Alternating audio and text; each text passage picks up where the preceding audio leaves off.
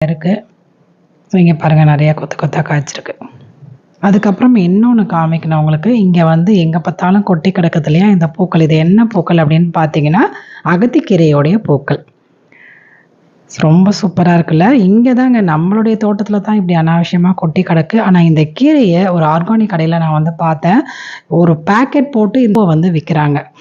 இந்த பூவுல அவ்ளோ பயன்கள் இருக்கு. இத வந்து பொரியலாவோ அல்லது குழம்புக்கு பயன்படுத்துறாங்க. ஆனா இதுவரைக்கும் நான் பயன்படுத்தினது கிடையாது. நீங்க யாராவது இந்த பூவ வச்சு பொரியல், இல்ல வேற ஏதாவது செஞ்சிருக்கீங்க அப்படின்னா, மறக்காம கீழ கமெண்ட்ல ஷேர் பண்ணுங்க. அந்த ரெசிபிய நம்மளோட சேனல்ல இன்னொரு நாளைக்கு போஸ்ட் பண்ணலாம். மற்றவங்களுக்கு அது வந்து பயனுள்ளதா இருக்கும். இப்ப இதுல வந்து பார்த்தீங்கன்னா 2 விதமான கலர் இருக்கும். ஒண்ணு வந்து இந்த வெள்ள கலர், இன்னொன்னு வந்து ஒரு பர்பிள் கலர்லயும் அந்த பூக்கள் இருக்கும். ஸோ 2 விதமான அகத்திக்கீரை பூக்கள். ஓகே. இப்போ அடுத்த அப்டேட்ஸ் பார்க்கலாம். மரவள்ளி மரம் வந்து பார்த்தீங்கன்னா, நெறையா வந்து வந்திருந்துச்சு. அதுல வந்து நம்ம எப்பலாம் வந்து